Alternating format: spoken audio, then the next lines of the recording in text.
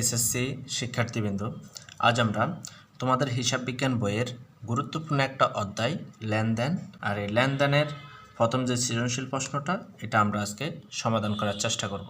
সর্বপ্রথম আমরা প্রশ্নটা যদি পড়ে নেই। রিপাত এন্টারপ্রাইজ একটি ব্যবসা প্রতিষ্ঠান। এখানে ব্যবসা প্রতিষ্ঠানটা হচ্ছে এটা, অর্থাৎ আমরা এটার হিসাব করব, এটা মাথায় রাখবা। 2017 সালের ডিসেম্বর মাসে উক্ত ব্যবসা প্রতিষ্ঠানে ঘটনাগুলো সংঘটিত হয়েছে। ডিসেম্বরের 1 তারিখে 5 লক্ষ টাকা নিয়ে ব্যবসা শুরু করছে তারা। ডিসেম্বরের 3 তারিখে ব্যাংকে 50,000 টাকা নিয়ে একটি হিসাব খোলা হলো। ডিসেম্বরের 5 তারিখে ধারে পণ্য ক্রয় করছে 25,000 টাকা। ডিসেম্বরের 10 তারিখে মালিক কর্তৃক ব্যাংক হতে ব্যক্তিগত প্রয়োজনে ঋণ গ্রহণ করা হলো 40,000 টাকা।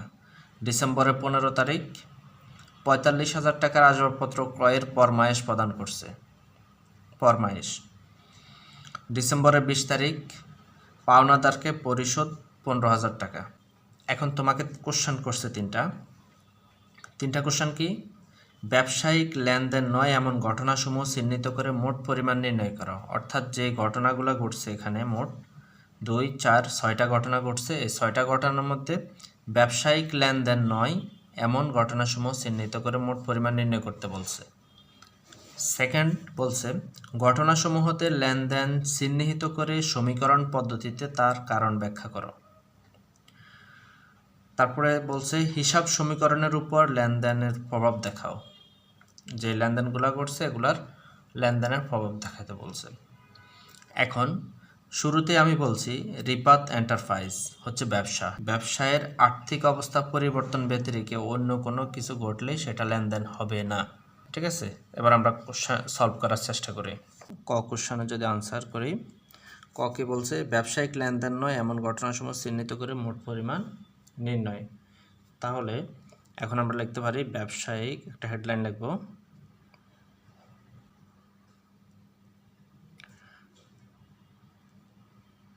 ব্যবসায়িক লেনদেন নয়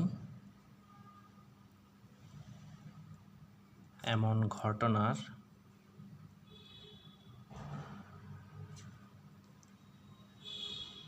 মোট পরিমাণ নির্ণয়।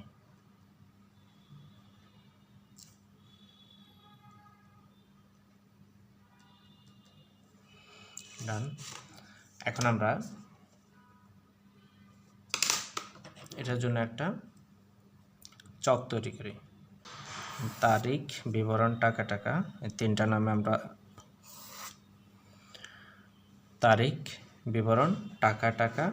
তাহলে আমাদের বেশি লাগবে না, আমরা ছোট করে করি যেহেতু কম হবে।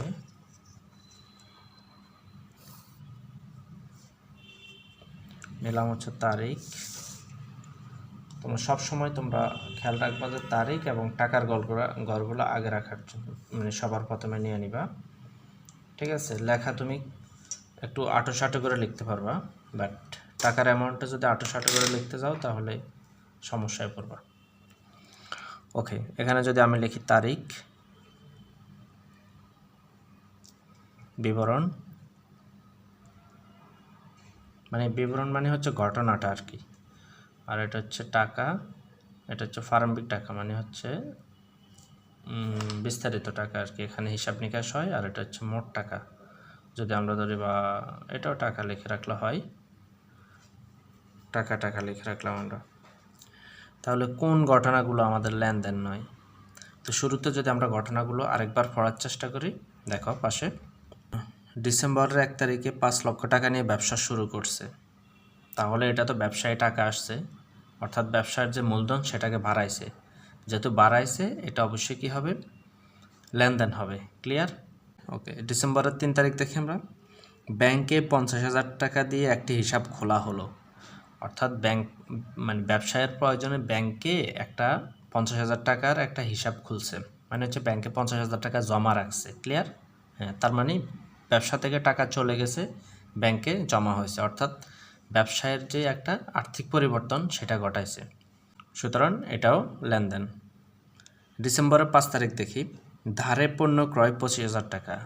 ধারে মানে বাকিতে যদি পণ্য ক্রয় করে তাহলে কি ব্যবসায় অলরেডি পণ্য চলে আসছে, যেহেতু ব্যবসায় পণ্য চলে এসেছে সেহেতু এটা কি হবে, লেনদেন হবে। ক্লিয়ার? এবার ডিসেম্বরের 10 তারিখ দেখি। ডিসেম্বরের 10 তারিখ বলছে মালিক কর্তৃক ব্যাংক হতে ব্যক্তিগত প্রয়োজনে ঋণ গ্রহণ। আমরা যখন হিসাব করব আমাদেরকে মাথায় রাখতে হবে আমরা কোনো ব্যক্তির হিসাব বা মানুষের হিসাব করি না, মালিকের হিসাবটা করি না, আমরা হিসাব করি হচ্ছে ব্যবসায়ের হিসাব। ক্লিয়ার? অর্থাৎ তুমি নিজে একটা ব্যবসা, এটা মাথায় রেখে হিসাব বিজ্ঞান অঙ্ক করতে নামবে। এখন দেখো, মালিক কর্তৃক ব্যাংক হতে ব্যক্তিগত প্রয়োজনে ঋণ গ্রহণ করছে 40,000 টাকা। তাহলে কি এটা কি ব্যবসায়ের জন্য করছে? না, অবশ্যই মালিক তার ব্যক্তিগত প্রয়োজনে, তার পারিবারিক অথবা তার অন্য কোনো কাজে ব্যবহারের জন্য করছে, সেটা মালিক বুঝবে, ব্যবসা কিন্তু বুঝবে না। ক্লিয়ার? যেহেতু এটা ব্যবসায়ের কোনো দায় দায়িত্ব বা কোনো কিছুর মধ্যে পড়ে না, এটা মালিকের ব্যক্তিগত বিষয়, সেহেতু এটা ব্যবসায়িক লেনদেন নয়। তাহলে আমরা এখানে লিখতে পারি ডিসেম্বর 10 তারিখ। বিবরণ কি? মালিক কর্তৃক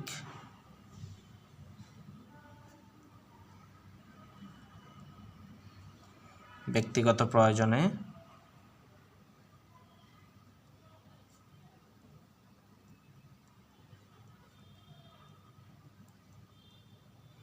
ব্যাংক হতে ঋণ গ্রহণ।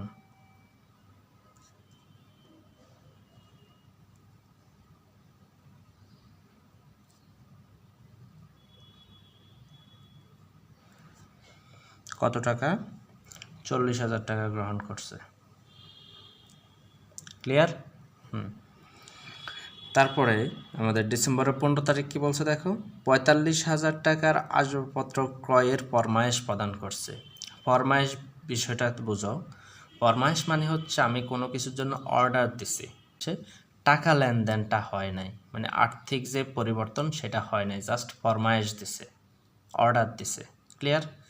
যেহেতু অর্ডার দিছে সেহেতু এখনও কোনো পক্ষের কাছে, মানে ওই যে আসবাবপত্র সেল করে তার কাছ থেকে আসবাবপত্র এখনও আসে নাই, আর ব্যবসা যে অর্ডার দিছে ব্যবসার কাছ থেকে এখনও কোনো প্রকার টাকা যায় নাই। যেহেতু আর্থিক লেনদেন বা ব্যবসায়ের কোনো আর্থিক অবস্থার পরিবর্তন হয় নাই, সেহেতু এটা কি হবে না, লেনদেন হবে না, জাস্ট ফরমায়েশটা দিছে। ক্লিয়ার?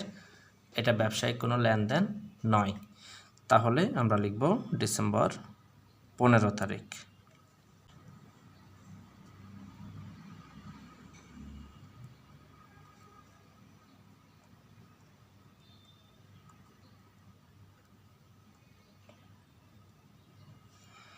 ফরমায়েশ প্রদান। কত টাকার? 45,000 টাকার আসবাবপত্র সে ক্রয় করার জন্য ফরমায়েশ দিছে। ডিসেম্বর 20 তারিখ, পাওনাদারকে পরিশোধ 15,000 টাকা। পাওনাদারকে 15,000 টাকা পরিশোধ করছে। এখন এটা তোমরাই বলো, এটা কি লেনদেন না লেনদেন নয়? পরিশোধ করছে অর্থাৎ ব্যবসা থেকে টাকা চলে গেছে, অবশ্যই এটা আমরা দেখতেছি লেনদেন। তার লেনদেন, যারা মানে লেনদেন সম্পর্কে বুঝতে চাও তারা এই প্লেলিস্টের একদম প্রথম ভিডিওটা দেখবা, ওইটাতে বিস্তারিত একদম সুন্দরভাবে বুঝিয়ে দিয়েছি। যদি তোমরা এখনও যদি না দেখো, এটা পজ করে আগে ওটা দেখে আসো। ওটা দেখলে তুমি অঙ্কগুলা যেটাই করব সেটাই বুঝবা, যেটাই দেখাবো আমি সেটাই বুঝে যাবা, একদম ক্লিয়ার হয়ে যাবে, তোমার আর কোনো সমস্যা পড়বে না। তাহলে আমাদের আর কোনো ব্যবসায়িক লেনদেন নয়, এরকম কোনো আর ঘটনা নাই। আমরা এই লেনদেন নয় পাইছি হচ্ছে মাত্র 2টা। তাহলে আমরা যদি অ্যামাউন্ট করে দিই 40, 45, 85,000 টাকা।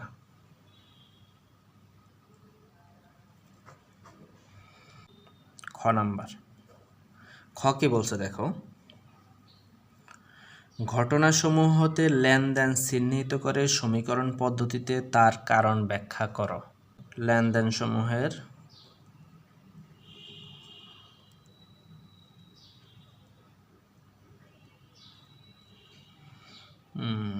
সমীকরণ পদ্ধতিতে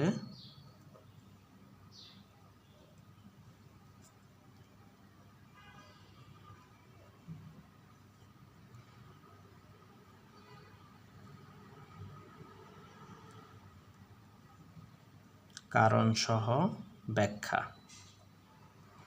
এখন এখানে একটা বোঝার বিষয়, সমীকরণ পদ্ধতিতে কারণসহ ব্যাখ্যা অর্থাৎ লেনদেনটা কেন হয়েছে বা কী কারণে এটা লেনদেন বলে আমরা বিবেচনা করছি, এটাই হচ্ছে কারণ। এটার জন্য একটা ছক এঁকে নেই। ছকটা কী হবে? ছক হবে তারিখ, সেম কোন কোন তারিখের সেটা, গড় হবে তিনটায়।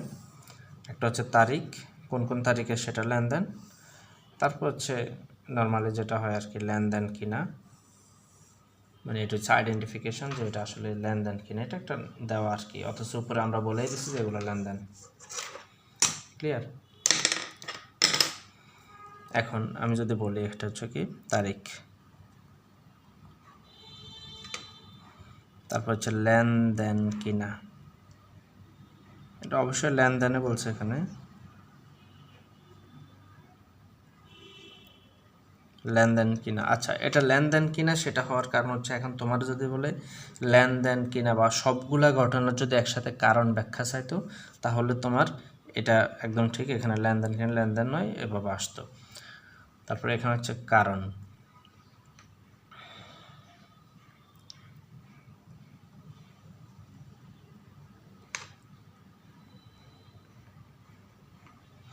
কারণ সহ ব্যাখ্যা। এখন বলছে যে সমীকরণ পদ্ধতি, তাহলে সমীকরণটা কি? ওই যে আমরা প্রথম ক্লাসে বলেছিলাম সমীকরণটা, হিসাবের যে সমীকরণ, হিসাবের সমীকরণটা হচ্ছে কি এ ইকুয়াল এল প্লাস ও ই। তাহলে এ তো আমরা জানি অ্যাসেট মানে হচ্ছে সম্পদ, এল মানে হচ্ছে লায়াবিলিটিস মানে হচ্ছে ব্যবসায়ের যত প্রকার দায় আছে মানে পরিশোধ করতে হবে এমন জিনিস, আর ও ই মানে হচ্ছে ওনার সিকিউরিটি, অর্থাৎ ব্যবসায়ের উপরে মালিকানা সত্ত্ব আর কি, মালিকের যেই অধিকার দায় দায়িত্ব এগুলাই বলে ওনার সিকিউরিটি। ক্লিয়ার? এখন আমাদের লেনদেন সমূহ সমীকরণ ব্যাখ্যা করতে বলছে, কারণ লেনদেন নয় যেগুলো সেগুলো বাদ, তাই লেনদেন নয় আমাদের এই দুইটা ছাড়া বাকি যেগুলো আসবে সেগুলো নিয়ে আমরা আলোচনা করব। তাহলে 2017 আমরা এখানে যদি ডেটটা একটু লিখি, 2017, এখানে 2017 লিখে দিই, ডিসেম্বরের 1 তারিখ।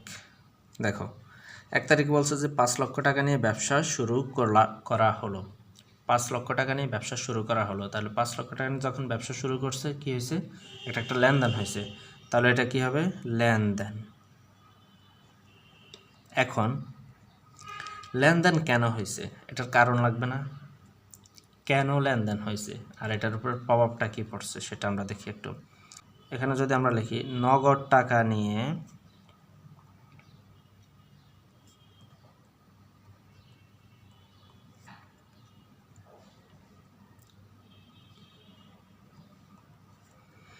ব্যবসা শুরু করায়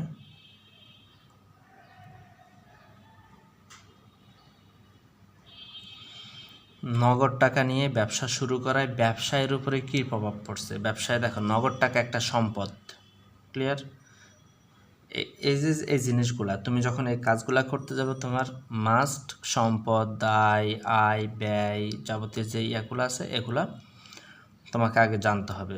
এজন্য এগুলা বইতে নাই, বাট আমি একদম প্রথম ভিডিওতে দেখো তোমরা সবগুলা নিয়ে আমি আলোচনা করছি, এই অধ্যায়ে যা যা তোমার জন্য প্রয়োজন সব, সে অবশ্যই প্রথম ভিডিওটা ভালোভাবে দেখে আসবা। দেখো নগদ টাকা নিয়ে ব্যবসা শুরু করায় ব্যবসায় কি আসছে?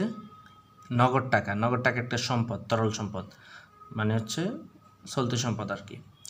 তাহলে নগদ টাকা যখন ব্যবসায় আসছে তখন সেটা হচ্ছে কি এ বৃদ্ধি পেয়েছে, মানে অ্যাসেট বৃদ্ধি পেয়েছে, সম্পদ বৃদ্ধি পেয়েছে, করায় এ বৃদ্ধি পেয়েছে। এবং এই যে নগদ টাকা নিয়ে ব্যবসা শুরু করছে এটা ব্যবসায়ের কি মূলধন হিসেবে আসছে না? শুরুতে যখন যেটা নিয়ে শুরু করে সেটা হচ্ছে মূলধন, মানে মালিকানা সত্ত্ব। তাহলে ব্যবসায় মালিকানা সত্ত্বটা বাড়ছে না কমছে? মালিকের অবদান না এটা, মালিকে তো ব্যবসার টাকাটা দিছে, তাহলে মালিকের অবদানটা ব্যবসায় বাড়ছে না কমছে? অবশ্যই বাড়ছে।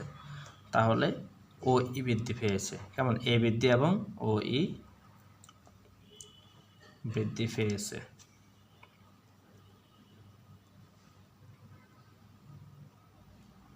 বুঝতে পারছো কারণটা?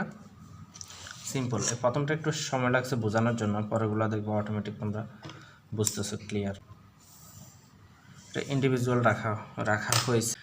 তারপরে দেখি 3 নাম্বারটা লেনদেন কিনা। ব্যাংকে 50,000 টাকা কিনা একটি হিসাব খোলা হলো, হ্যাঁ এটাও লেনদেন। তাহলে আমরা যদি লিখি ডিসেম্বর 3 তারিখ, এটাও লেনদেন। ব্যাংকে 50,000 টাকা নিয়ে হিসাব খোলায় কি হয়েছে ব্যবসায়ের উপরে? দেখো, ব্যবসায় থেকে টাকাটা চলে গেছে, ব্যাংকে টাকা গিয়ে জমা হয়েছে। ক্লিয়ার? এবার দেখো, নগদ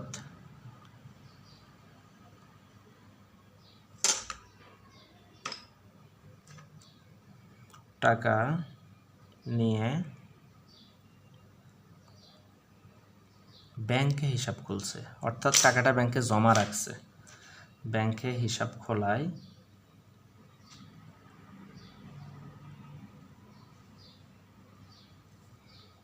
ব্যাংক টাকা বৃদ্ধি পাইছে, মানে ব্যাংকে যে টাকাটা সেটা বৃদ্ধি পাইছে, মানে তোমার ব্যাংক হিসাব। তাহলে তোমার ব্যাংক হিসাব মানে কি? অ্যাসেট। তাহলে এ বৃদ্ধি পাইছে, দেখো এ বৃদ্ধি। আবার একই সাথে নগদ টাকা তোমার কমে গেছে, তাহলে নগদ টাকাটাও তোমার কিন্তু সম্পদ ছিল, অ্যাসেট ছিল। তাহলে একই সাথে নগদ টাকা কমছে, আবার ব্যাংক টাকা বাড়ছে, তাহলে দুইটাই কিন্তু অ্যাসেট। তাহলে একটা অ্যাসেট বাড়ছে আর একটা অ্যাসেট কমছে, নাকি? একটা সম্পদ বাড়ছে আর একটা সম্পদ কমছে। তাহলে একটা সম্পদ বাড়ছে আর একটা সম্পদ তোমার কমে গেছে, তাহলে এ বৃদ্ধি এবং এখানে এবং লাগাই দাও, এ হ্রাস পেয়েছে।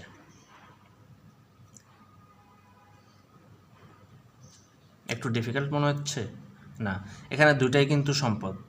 তোমার ব্যাংকে যখন হিসাব খুলছে, ব্যাংকের অ্যাকাউন্টটা বেড়ে গেছে, তোমার ব্যাংকে জমাটা বাড়ছে, মানে ব্যাংকে টাকা। তাহলে ব্যাংক টাকা তোমার সম্পদ, নগদ টাকা তো অবশ্যই তোমার সম্পদ। তাহলে তোমার ব্যাংক টাকা বাড়তে তোমার নগদ টাকা চলে গেছে, নাকি? হ্যাঁ। তাহলে নগদ টাকা যখন চলে গেছে, তার মানে তোমার এ হ্রাস পেয়েছে। আবার ব্যাংকে টাকা যখন বৃদ্ধি পাইছে, তোমার এ বৃদ্ধি পাইছে, এই জন্য এ বৃদ্ধি আবার এ হ্রাস।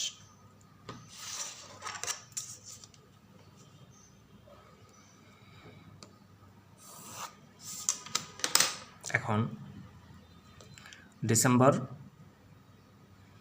5 তারিখ, ধারে পণ্য ক্রয় 25,000 টাকা। এটা কি লেনদেন? পণ্য ক্রয় করছে মানে পণ্য চলে আসছে, লেনদেন।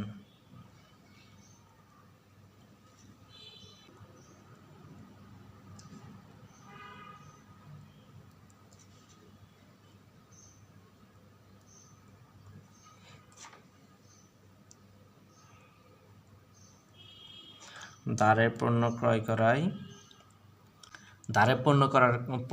করার ফলে তোমার কি হচ্ছে? তোমার মালিকানা সত্ত্বটা কমছে।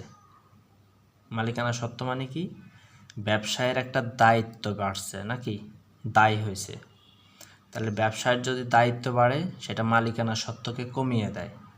ব্যবসায়ের যদি কোনো আয় হয়, সেটা মালিকানা সত্ত্বকে বাড়িয়ে দেয়। ক্লিয়ার? তাহলে এটা তোমার জন্য একটা খরচ। তুমি যখন পণ্য ক্রয় করছো, সেটা তোমার জন্য একটা খরচ। সেটা হচ্ছে ব্যবসায়ের মালিকানা সত্ত্বকে কমিয়ে দিচ্ছে, তার মানে মালিকানা সত্ত্ব হ্রাস পাচ্ছে। বিপরীতে তোমার এটা কিন্তু ব্যবসায়ের জন্য একটা দায়, ভবিষ্যতে তোমাকে পরিশোধ করতে হবে। এজন্য একটা দায়। তাহলে ধারে পণ্য ক্রয় করায় কি বৃদ্ধি পেয়েছে? এল মানে হচ্ছে লাইবিলিটি বৃদ্ধি পেয়েছে, তোমার দায় বৃদ্ধি পেয়েছে। কেমন? বৃদ্ধি এবং ওই হ্রাস পেয়েছে, মানে মালিকানা সত্ত্বটা তোমার কমে গেছে।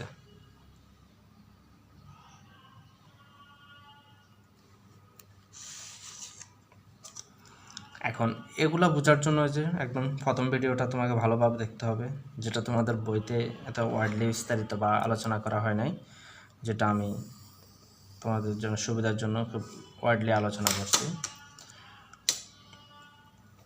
এখন ডিসেম্বরের 10 তারিখ, মালিক কর্তৃক ব্যক্তিগত প্রয়োজনে ঋণ গ্রহণ, সেটা তো কি হবে না? লেনদেন নয়। আমাদের শুধু লেনদেনের কথা বলছে, এই জন্য আমরা সেটা আনতেছি না। ডিসেম্বরের 15 তারিখ 45,000 টাকার আসবাবপত্র ক্রয়ের ফরমাইশ, সেটাও লেনদেন নয়, এজন্য সেটাও আসবে না। ডিসেম্বরের 20 তারিখ যদি আমরা আসি, ডিসেম্বরের 20 তারিখে সেটা দেখি আমরা, পাওনাদারকে পরিশোধ, অবশ্যই লেনদেন, অর্থাৎ যে পাওনাদার ছিল আমাদের, তাকে পরিশোধ করছে, তাহলে সেটা লেনদেন। এখন তোমাকে পাওনাদার বুঝতে হবে। পাওনাদার মানে হচ্ছে যে আমাদের কাছ থেকে পাবে। আমাদের কেন আমি বলতেছি, আমি তোমাকে শুরুতেই বলছি যে তুমি যখন হিসাব বিজ্ঞান মানে ম্যাথ সলভ করতে বসবা, সমস্যা সমাধান করতে বসবে, নিজের তুমি ব্যবসা প্রতিষ্ঠান মনে করবা। ক্লিয়ার? তাহলে পাওনাদার মানে হচ্ছে ব্যবসা থেকে যে টাকা পাবে, ব্যবসায় থেকে যে টাকা পাবে বা ব্যবসায় যাদেরকে দিতে হবে, ভবিষ্যতে কোনো একটা সময় দিতে হবে, তারা হচ্ছে পাওনাদার।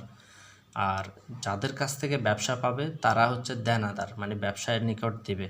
আর পাওনাদার মানে ব্যবসায়ের নিকট থেকে পাবে। তাহলে পাওনাদারকে পরিশোধ করছে, পরিশোধ করায় কি তোমার কি হয়েছে দেখো তো, বুঝো। পাওনাদারকে পরিশোধ করলে তোমার কি চলে যাবে ব্যবসা থেকে? নগদ টাকা যেতে পারে, মানে একটা সম্পদের বিনিময়ে তো তুমি তাকে দায় পরিশোধ করতে সম্পদ খরচ করা লাগে নাকি? তাহলে একটা সম্পদের বিনিময়ে তুমি দায়টা পরিশোধ করতেছ, তাহলে তোমার একদিকে সম্পদ কমে গেছে, আরেকদিকে দায় পরিশোধ হচ্ছে। তো দায় পরিশোধ হওয়া মানে কি দায় বাড়তেছে না কমতেছে? কমতেছে। তার মানে তোমার একই সাথে সম্পদ কমছে এবং দায়ও কমে যাচ্ছে। পাওনাদারকে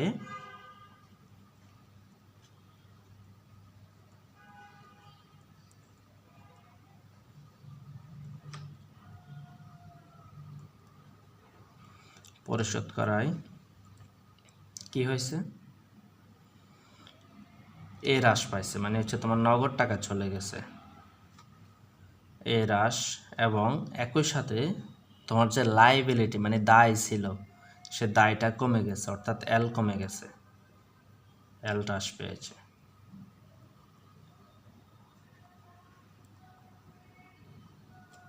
ডান।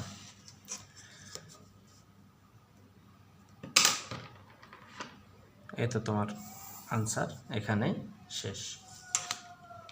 এখন তোমার হচ্ছে গ কোশ্চেন, মানে হচ্ছে গ নাম্বার কি বলছে দেখো, হিসাব সমীকরণের উপরে লেনদেন সমূহের প্রভাব দেখাও। তাহলে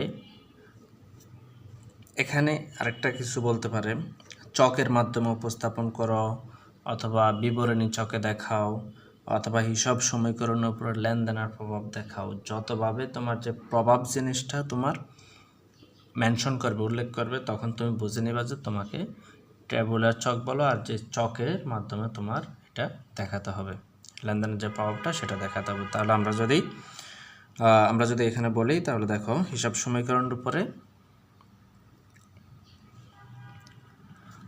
হিসাব সমীকরণের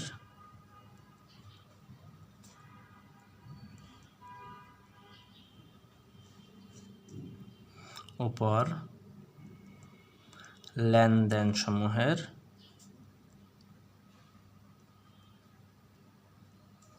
প্রভাব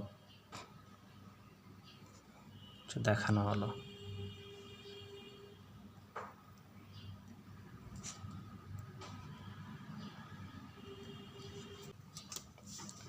সর্বপ্রথম যে টেবুলার চকটা সেটা যদি আমরা আঁকি, সেটা হচ্ছে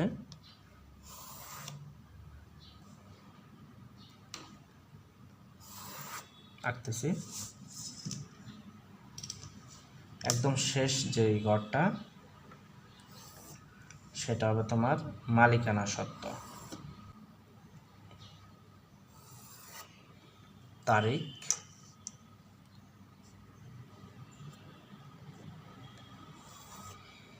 দুই পাশে দুইটা ঘর, তারিখ, আর এটা হচ্ছে তোমার মালিকানা সত্ত্ব।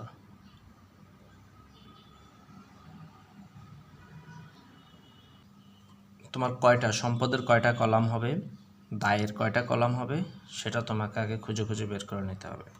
তাহলে আমরা দেখো প্রথমটা যদি পড়ি, 5 লক্ষ টাকা নিয়ে ব্যবসা শুরু করছে, এখানে কয়টা পক্ষ সৃষ্টি হয়েছে?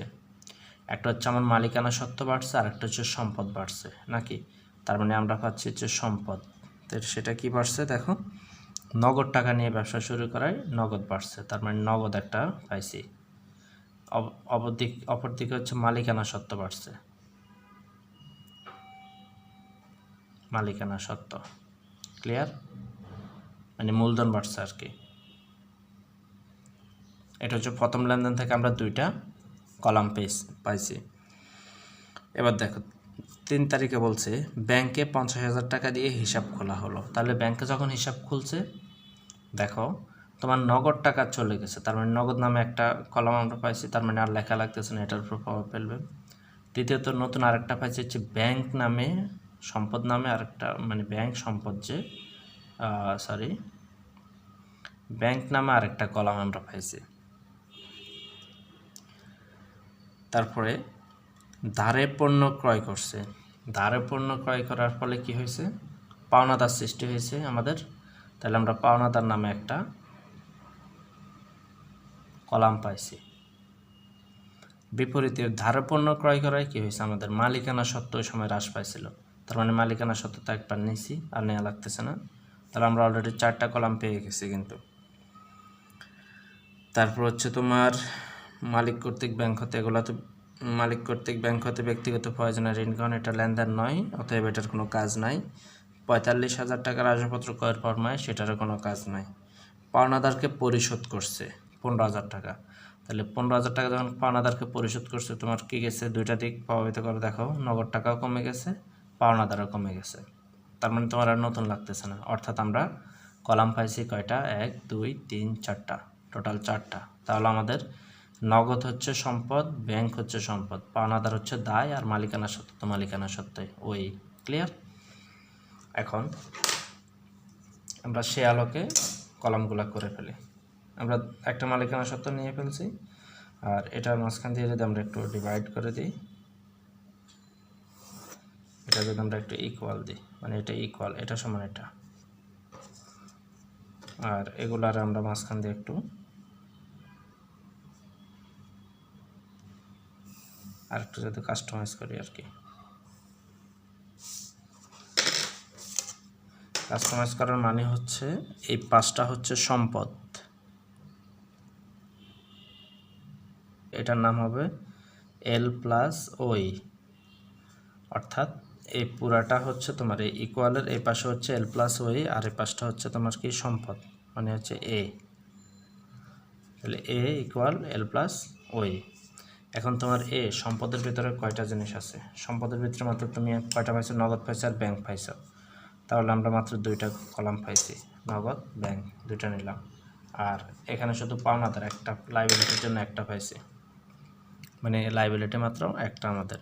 তাহলে এটা যদি আমরা নগদ লিখি, নগদ লিখলাম, আর এটা হচ্ছে ব্যাংক, এটা হচ্ছে পাওনাদার। এখন ইজিলি তুমি বসাইতে পারবে, শেষ। তোমার মেইন কাজটাই হচ্ছে কয়টা কলাম হবে সেটা খুঁজে বের করা। যদি এটা খুঁজে তুমি বের করতে পারো, এটা তোমার জন্য একদম ইজি। জাস্ট কী ঘটছে সেটা লিখে দিবে, মানে লেখাও লাগবে না, শুধু ম্যাথ করে দিবা, প্লাস মাইনাস করবা, এতটুকুই। প্রথম 1 তারিখে যদি আমরা আসছি, দেখো ডিসেম্বরের 1 তারিখ 2017, ডিসেম্বরের 1 তারিখে কী করছে, 5 লক্ষ টাকা নিয়ে ব্যবসা শুরু করছে। তাহলে কি হয়েছে, নগদ টাকা বৃদ্ধি পাইছে আমার 5 লক্ষ, লেখো দুম করে 5 লক্ষ। মালিকানা সত্ত্ব বৃদ্ধি পাইছে, মানে মূলধন হিসাবে আনয়নকার মালিকানা সত্ত্ব বৃদ্ধি পাইছে 5 লক্ষ। ক্লিয়ার? এটা বুঝতে কোনো অসুবিধা না? নগদ টাকা বাড়ছে, মালিকানা সত্ত্ব বাড়ছে, কোনো কথা নাই, শেষ, লিখে দিছো। ডিসেম্বরের 3 তারিখ দেখো, ডিসেম্বরের 3 তারিখে কী করছে, ব্যাংকে 50,000 টাকা নিয়ে একটা হিসাব খুলছে। ব্যাংকে যখন হিসাব খুলছে, তোমার কি হয়েছে, নগদ টাকা চলে গেছে, তার মানে নগদ টাকা থেকে দাও বিয়োগ করে দাও, 50,000 টাকা বিয়োগ করে দিলাম।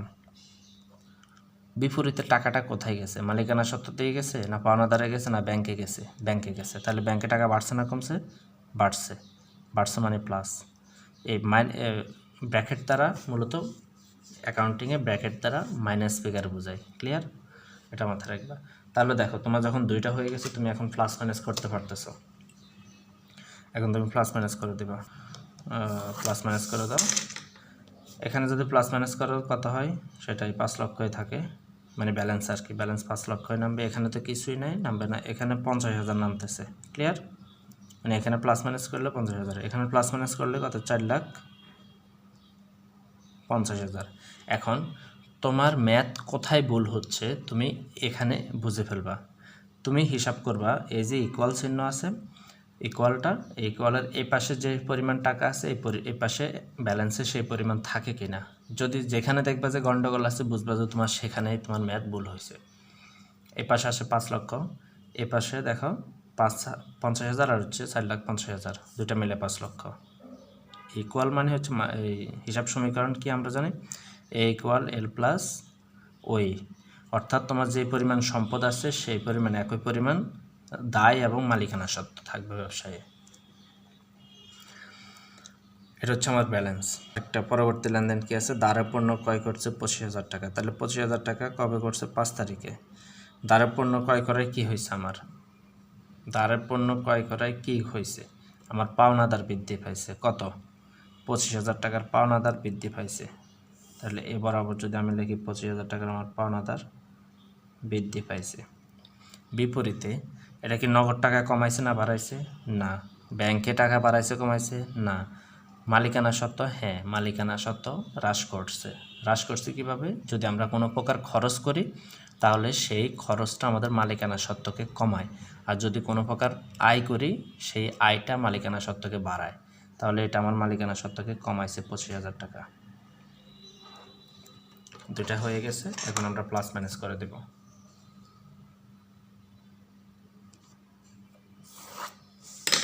করো, কত হয়, 4,75,000,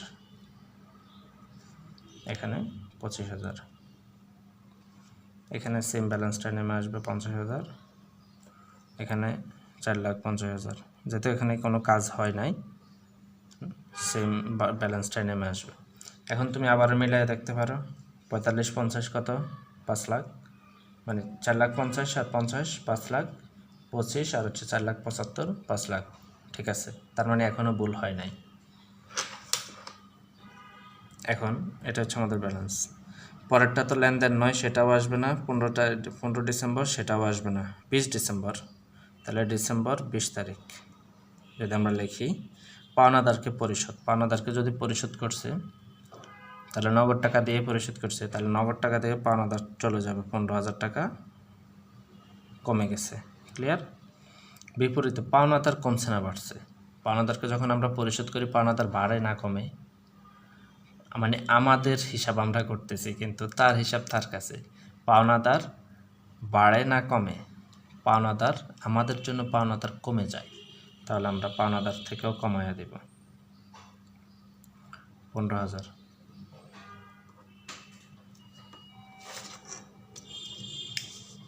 তাহলে দেখো আমাদের পাওনাদার ছিল কত, 25,000, আমরা 15,000 পেড করাতে আর কত থাকবে দেখো,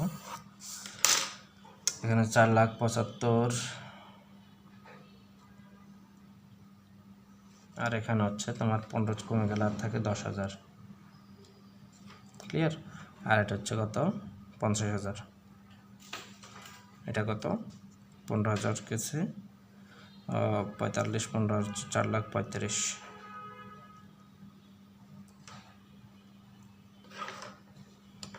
ক্লিয়ার। এখন এই হচ্ছে তোমার ব্যালেন্স।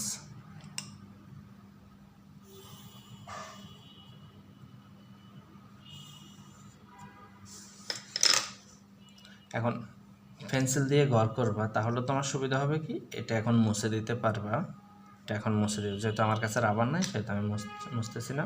এই দুইটারে তুমি প্লাস করে দিবা, কত হয় 4,75,000 আর হচ্ছে 10,000, 4,85,000,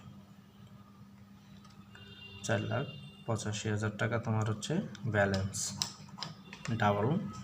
ডাবল দাগ দেওয়া মানে হচ্ছে ক্লোজড, 4,35,000 আর হচ্ছে 75, তাহলে কত হয় 4,85,000,